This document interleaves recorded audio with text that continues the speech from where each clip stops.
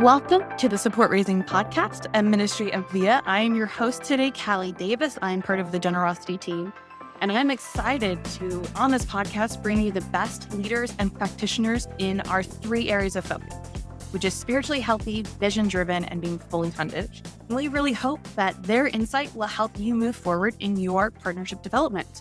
Today, we are launching the series, The Basics of Support Raising, and I'm so excited not to be joined by one guest, but three. We have Jenn Fortner, Jonathon Spaid, and Brooke Waresak. And I am so excited to give you a little bit of background of who these people are in case you don't know them. First, we have Jenn Fortner. She is with the Assemblies of God World Missions, and she has been such a seasoned support raising coach with over 10 years of experience. And right now is currently providing training and coaching to over 100 missionaries all at the same time, which always amazes me.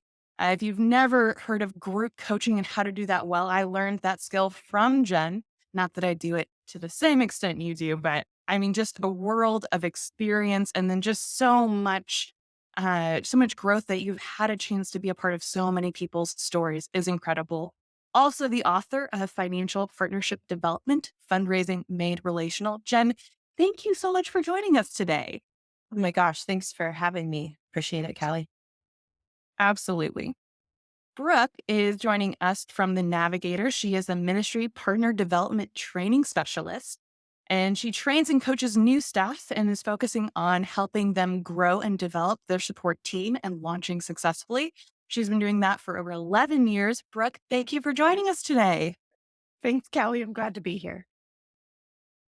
And last but definitely not least, we have Jonathon Spaid, who works with Focus, has been there for over 11 years as currently the Senior Manager of Mission Partner Development, where he trains and supports missionaries to develop mission partners. Jonathon, it is a privilege and an honor to have you with us today. Thank you, Callie. It's an honor to be here. Well, guys, this is going to be exciting. I have never hosted a group of people on a podcast before, so we're going to have a lot of fun, especially with today's topic. We just wanted to open our series of the basics of support raising, talking about the basic elements. So I get to kind of just hear from y'all's experience of what is the most core, the most essential when it comes to someone being able to succeed in support raising. And I think I want to start with the mindset, the perspective, because I know as we train people, that is where the fundamental foundation is built. So I think the question I want to open is, what is the most essential when it comes to the mindset and perspective of people who are raising support? And to get us started, Jenn, do you mind kicking us off? Yeah, no problem. I'm happy to be talking about this subject. I was actually talking to my husband about this a couple nights ago. And I was telling him, I was like, you know what, with missionaries that I train and coach, if they have the right perspective and attitude when it comes to support raising, I don't worry. Like, like, even if they're, not the best orator or speaker in front of a church service, or maybe they have a lack of skills or a lack of context, I never worry about them because I know that their perspective is going to lead them. I always say that perspective is around 90% of support raising is all in your perspective and your attitude. Perspective leads to attitude, which determines your action, right? You do what you do what you believe. So perspective again leads to attitude, which determines your action. You do what you believe. And I think that when we're talking about specifically with support raising, that attitude and that heart posture that everyone is a part of the Great Commission is so important and valuable. And when you're developing partners for your ministry, you're not just working to get to your ministry, right? This is a vital aspect, and you are already in ministry as you are connecting with individuals, as you are speaking at churches, as you are moving forward. So we're developing that team, not just for ourselves at that point. I really feel like there's I'll stop in just a second, but I'm passionate about this. I really do feel like there's a switch that gets flipped in people's hearts when they realize that it's not, and it's a from the head to the heart type of a thing. And it's not overnight, right? But it's asking the Lord to really help you with those, that distance between the head and the heart. But I really feel like there's a switch that gets flipped in our hearts when we realize that it's not about us and it's not about us raising our budget. It's about what the Lord wants to do. It's about the Great Commission. It's about the body of Christ living together. And I think the best thing that encapsulates maybe to, what is the mindset that people want to have? It's embodied, I believe really personally in Philippians, when Paul says in Philippians 4, um, not that I desire your gifts, what I desire is more be credited to your account.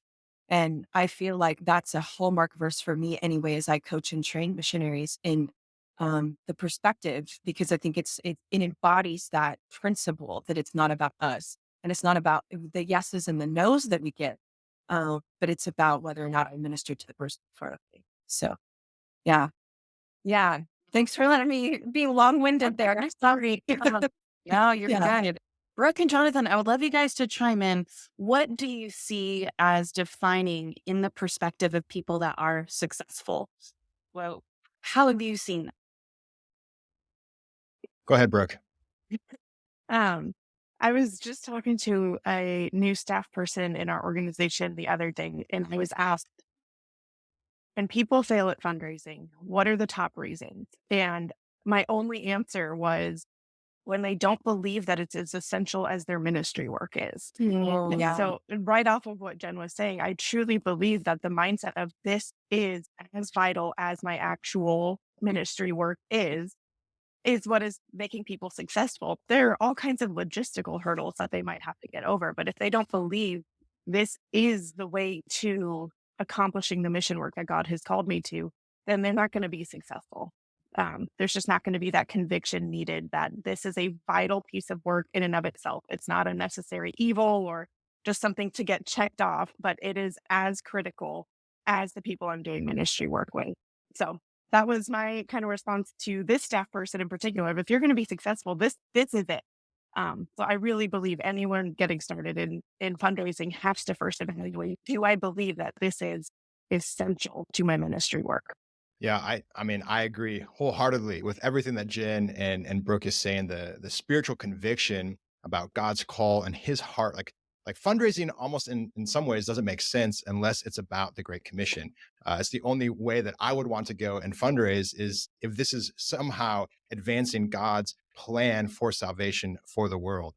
What I would add to it is, in addition, I think to seeing what I would say is fundraising is both a calling and a skill. It's a calling in so much as God has called you to do this. And so it's not, there's a transition I think that we need to make from seeing fundraising as a task, kind of like Brooke was saying, where it's like it's a necessary evil or it's a means to an end. It's something that I do, to seeing fundraising as almost a part of my calling or my identity, that I am someone who fundraises. Just like we would say, I'm a missionary. I'm a missionary who fundraises. I'm someone that God has called in order to invite others to invest their resources and therefore their hearts into Jesus's mission. Matthew 6:21 talks about where your treasure is, there your heart is also. And so we firmly believe that when someone gives of their resources, they're giving of their heart, and at least they're opening the doorway for God in order to reach in and grab their heart more because of their partnership with that.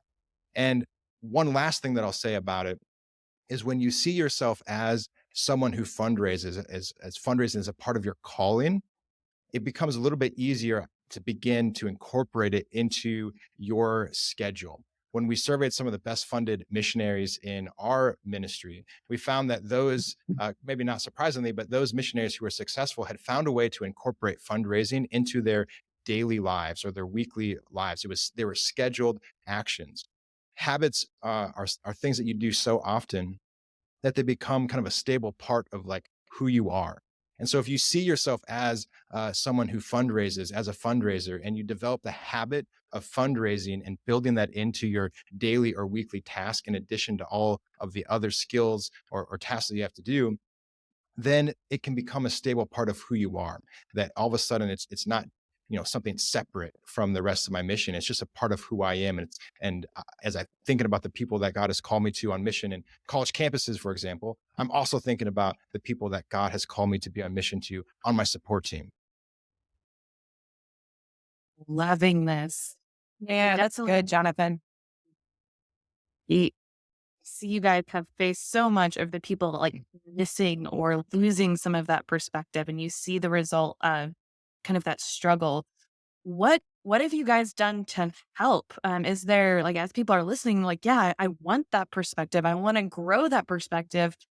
Wh- what can people do? What do you help people do? Yeah, great question. I'm sure that Jen had mentioned how so much of her coaching is perspective, and I would agree. And I'm curious about your experience as well, Brooke. But it seems like so much of the time, if you imagine like a tree, what we see in a tree is we see the trunk and the branches, but what's supporting the tree is the root system. And so those lies and limiting beliefs and that perspective and that worldview is like that root system that's underneath the tree. And so much of what we have to do as leaders within mission partner development is to help people kind of assess like what are the things, like how do they see fundraising, how do they see God's call, how do they believe that they are worthy of support, do they believe that people will invest. And so yeah, you have to spend a lot of time working through that and praying and going through kind of the scriptural foundation for all of these things. That's what I found, and I'm really curious what Jen and Brooke have found as well. Yeah, Jonathan, it exactly that. It's the foundation that they start the fundraising journey on is what we found. And we believe that that starts with scripture. What does God say about fundraising? And the truth is, he says a lot and he says a little at the same time. There are a lot of different ways to fundraise, as exemplified in scripture, and they're not all one size fits all. Yet there are common threads throughout it. So we have, of course, Scott Morton is in our organization. We have some Bible studies put together by Scott, and we spend a hefty chunk, about a third of our training is spent with digging into the biblical foundations before they even start learning skills or getting involved with a coach. Let's dig into this. And in that, we address some specific questions of, how does this make you feel? What do you believe with this? Do you agree? Do you disagree? And dialoguing around the scriptural basis for fundraising before we ever touch a skill for it. And I have seen people go from, I just don't agree with this. I don't want to fundraise. I don't know if this is for me because of fundraising, to going through that Bible study and saying, wow, I can't believe that God has designed all of this. Like, I am confident that he has called me and I am excited and ready to do this. Just complete transformations of mindset when they really focus on what has God said, not, how do I do this? And do I have enough people on my contact list? And maybe I'm not as winsome as I should be, but truly like, well, if God says that this is what I should do, then I think I can do this. So that scriptural foundation is what I think is critical to getting into the right mindset and believing that this is essential and part of the calling.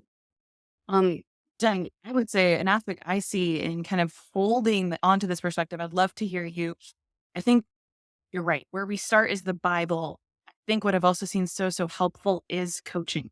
Is if people start with like the building their good foundation, what helps them hold on to it is help. Not just being stuck in their own head trying to muscle through. Jen, do you have anything to speak to that? Yeah, I was actually thinking about that too. I think in tandem with a good, perspective comes with help, accountability, somebody reaching out. I think when I was first starting as a coach, my leadership would say to me often, like, gosh, just the ability that a missionary has to touch base with somebody and just talk about it is like huge, because sometimes we get in our heads a lot, particularly whenever we have to ask somebody a hard question. Just like a missionary is going to get, overseas, if they are in a country that, has no access to the gospel, they're sharing with a Muslim or whoever it is, and they are, sort of like in their heads about, did I do that right? Did I say this right? Did I articulate this well? And, am I doing it? Am I doing the thing? And I think that sometimes missionaries and, people that are raising full-time support just need to say, am I doing the thing? Am I doing this right? Is my heart right? Because there's a lot of perspective issues that are going to come up and boil up on a regular basis. And just having somebody touch base on a regular basis. And even if, I would just encourage too, like, even if you don't have a coach, get somebody that's going to walk alongside of you and just dedicate some time and some intentionality behind having some sort of accountability piece or somebody that's just going to be listening in. during this season is huge, huge. So Yeah, it makes me think each one of us brings our own personal background and experiences as it relates to money and finances, or previous experiences with ministry and fundraising, to our current experience, and those things shape our perspective and worldview. And there's a great analogy that a great spiritual author used once about how a bird, even if it's chained by so much as a thread, will not be able to fly. And so we need to be conscious about kind of severing those threads, those lies, those negative perspectives that hold us back, so that we can soar to the heights that God is calling us to. And sometimes the problem is that we can't even see those ourselves. We actually need somebody else to be able to point those out and say, hey, I think your perspective is a little unhealthy here, or I want to challenge you to think and reflect on this. Um, I don't know about you, but I think the spiritual life is dynamic. It's like a treadmill. There's no standing still on a treadmill. You are either moving forward or you're moving backwards. But this process of conversion and evaluating our perspective and experiences takes work. And we're not meant to do the Christian life alone. We're meant to do it in community and in friendship with other disciples of Jesus. And so fundraising is no different, because I think many of us feel very alone in our fundraising, and we need other people to walk with us and to speak truth and life and encouragement to us as we engage in this very important work. Absolutely. Jonathan, I so resonated with what you were saying. I think support raising can be one of the most isolating journeys or processes that a person goes through, and it doesn't have to be. So definitely spend all the time in the Bible, realize the biblical perspective of God, God's provision, how God talks about money, what it means to invite people with you to participate in the Great Commission. That's where we want everything to be rooted. And then to keep a hold of that, bring people with you, bring people into that process, into that journey. The community of people who are also raising support, people who have successfully raised support that can speak back to you, just encouragement friends that can speak life and say, it used to be you were talking about this is what God was saying about support raising and partnership. I don't hear you saying that anymore. What's changed? So powerful. I do want to mention, Brooke already mentioned Scott Morton. If you don't know who that is, he is one of the fathers of the current thought of how to partner and invite people into partnership. He wrote a book, Funding Your Ministry, years ago. It's phenomenal. But he also has a more recent book that's a devotional book, 40 Days in God's Presence for Your Fundraising, I think. Yes. So if you're just also wanting a practical tool to help you a little bit, that's something you can look up as well. I do want to shift a little bit to the practical aspect of support raising.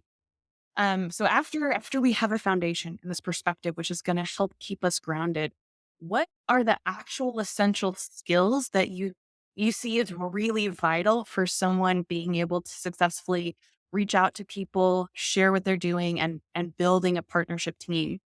What are the most critical? I jumped in I first on think, the last one. So one of yeah, you guys wants to, you go for it, Brett. I'll jump. Yeah, I'll go, jump. What do you guys catch me if I jump in the wrong direction? on it. Totally on it. You're good, Brett.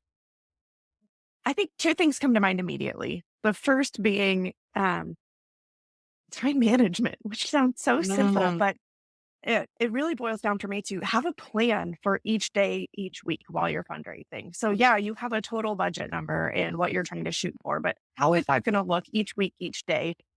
Because there's no specific schedule to fundraising. There's so much variation in it. And when I see people successful, they start each day knowing what they're trying to do that day. They know who they're meeting with for appointments. They know who they're going to contact that day. And what goes right along with that for me is have someone hold you accountable to that. We need accountability as human for so many things.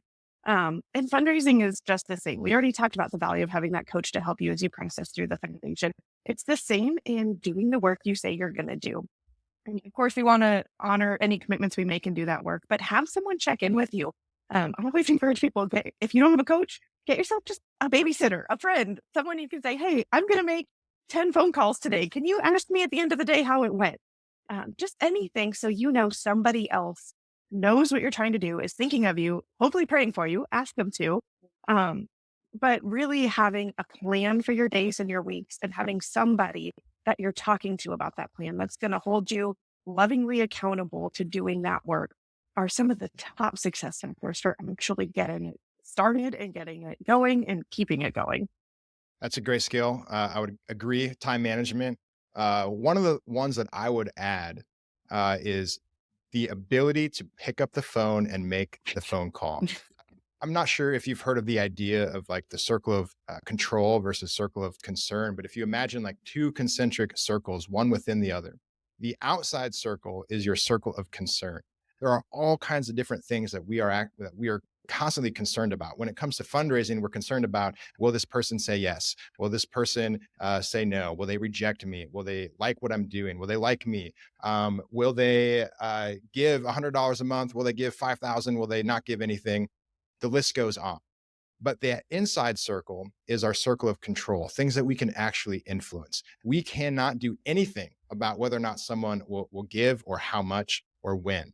But what we can do is focus on the things that are within our influence, things like picking up the phone and making the call, or things like planning my week and following up with my accountability partner, asking for help when I need it.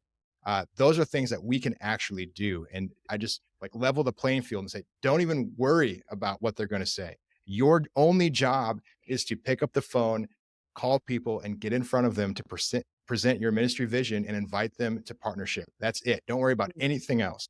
And the thing that happens is if you focus on your circle of control, then you actually grow it, and it becomes bigger, and you become more successful over time. So pick up the phone and persistently call people, not just once, not twice, not even 3 times. You might have to call them 11 times or 20 times, but don't give up. And if you stay faithful to that, I believe that God will provide the fruit as a result. That's good. Yeah. Can I? Jonathan, Oh, go ahead, Callie. I'm going to jump in real quick. Yeah. I'm not going to open a can of worms, but Jonathan, I'd love a 10-second thought for when people say phone calls don't work anymore. That's a great question. Do phone calls work? Yes, the short answer is they work. Phone calls actually have a very high success rate or conversion rate in terms of getting the appointments once you get a hold of people. The problem is that you actually have to get a hold of them. And typically phone calls it takes more time to get a hold of them over the phone. There's been some research done that shows that on average, it actually takes about 11 phone calls prior to being able to get a hold of someone. Of course, there's other ways to get a hold of them. I think that they are also effective and can work, but the phone call is tried and true. And I would say don't throw out the baby with the bathwater just yet. You can utilize other methods, but the phone call is tried and true. You just have to recognize that it's going to take a lot of time. But once you get them on the phone, you have a very high chance of actually converting that into an appointment. So much more can be said of that, but I know I at least wanted to get like a little touch on that. Jen, what were you about to say? Well, just to jump on that just for a second, I think Callie, you and I had a good discussion about that at one point, and you were talking about, hey, sometimes things just don't work. Translate on the text message that they do, and I'm like, there's spaces where you need to make a phone call, and this is one of them. And I think that's just a good point. And I think you used the analogy. You probably still use this analogy, and I love it. I love it. Where it's like if a neighbor's dog died on a street that was, your neighbor, you're not going to text that person and tell them about that information. You're actually going to call them on the phone because that's an important phone call. There's a lot of things in life that make more sense on the phone than they do, than they do on text message. And this is definitely one of them. So it's like a negative, that's a negative, but I think you get what I'm saying there. And I would add to the conversation with some of the things that really, stand out as skills that people need is one of the things kind of that I'm going to maybe bring together a little bit with what Brooke and Jonathan, you guys have already said. It's just that tenacity or diligence piece. And those are sort of words that incorporate like what you both said. But that's like my number one thing too, is like, hey, but I would add to that conversation too. I think that at least for me, whenever I was starting out with my support raising, I thought I had to be somebody that I wasn't. There's a lot of people out there that maybe struggle with, a communication piece, or they struggle with being organized and they're a little, scatterbrained, or maybe they're really bad at procrastination. I hear that all the time. I procrastinate. And I would say, recognize who you are, and what you bring to the table. And then also find the accountability pieces for the places that you are not diligent, where you're not like, maybe if you're not necessarily a diligent or, tenacious person, I think that there's, accountability piece to sort of counteract that. So know yourself in support raising, say who you are, but challenge yourself to really do this well. And I think knowing yourself in the midst of this season is really helpful, to kind of plug those holes. So I would say, yeah, to add to that, diligent and sort of tenacity piece is knowing yourself, but also, hey, just for anybody that's listening to this saying, you guys are all cheerleaders. This is nice, but this is not for me and not easy. I think we've all worked through our own challenges with it. And to say, like, these things are really like the principles that actually get you along, this perspective again, and diligence and tenacity. And to add to that, one last thing, I would say being a learner, just in general, you never go into a job for the first time and don't like take the time to really understand what it is that you're doing. So taking the time to read, to read some of the books that are out there on support raising, to really get into the materials once you do have a training in front of you and taking it seriously, it's going to go a really long way if you just spend the time learning how to do it. So Yeah, Love. Go ahead, Jonathan. What were you about to jump in with? yeah, really briefly, I just wanted to share like something cool that we learned about in Focus mm, recently, a kind of a research data point to back up or tie in some of the things that we've been talking about related to the practical skills, but also the perspective. We have our missionaries. This is going to sound like a paid advertisement from from Via Generosity. This is not a paid advertisement. Okay, we partner with Via Generosity and their foundations program in order to help our missionaries do kind of the spirituality and prep work in preparation for our training before they go fundraise. And then we give our missionaries about 6 weeks to fundraise prior to their placement on college campuses. What we found is that missionaries who actually complete the foundations prep work, who work on their perspective, who spend time reading scripture, who spend time praying and thinking through the foundation of all of this and God's call and plan for salvation, their output in terms of the number of phone calls, number of appointments, and even in terms of the number of funding is about 20% higher than those who don't complete it. mhm, Now, you don't have to partner with, Via Generosity and the Foundations program, but I think that just points to the reality that if you aren't willing to put in the time and work on that perspective and do that biblical basis, then you can't expect to be as successful in fundraising. And even if you know how to pick up the phone, even if you know how to manage your time, even if you know all those other skills that you have to know, it's still it's directly related to your success. mhm. Uh, that's a good word. The skills do not replace your perspective. Yeah. Absolutely. Mhm. Yeah.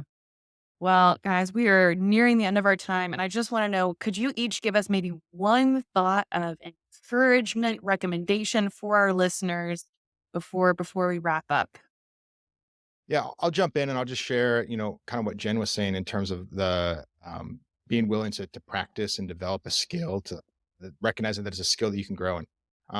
Fundraising, I would argue, is both a calling and a skill. So it's a calling, like I said before, in the sense that God has called you to be someone who raises money for the kingdom. That is awesome. That's a source of evangelization and conversion for other people, and of course, it sustains you in your work as well. In addition, it's a skill that you can grow in. And so as you approach fundraising and it seems really scary, just see it as something that you can practice. Imagine that you're an athlete and you're just practicing. That's how you get better. It's the same thing with fundraising.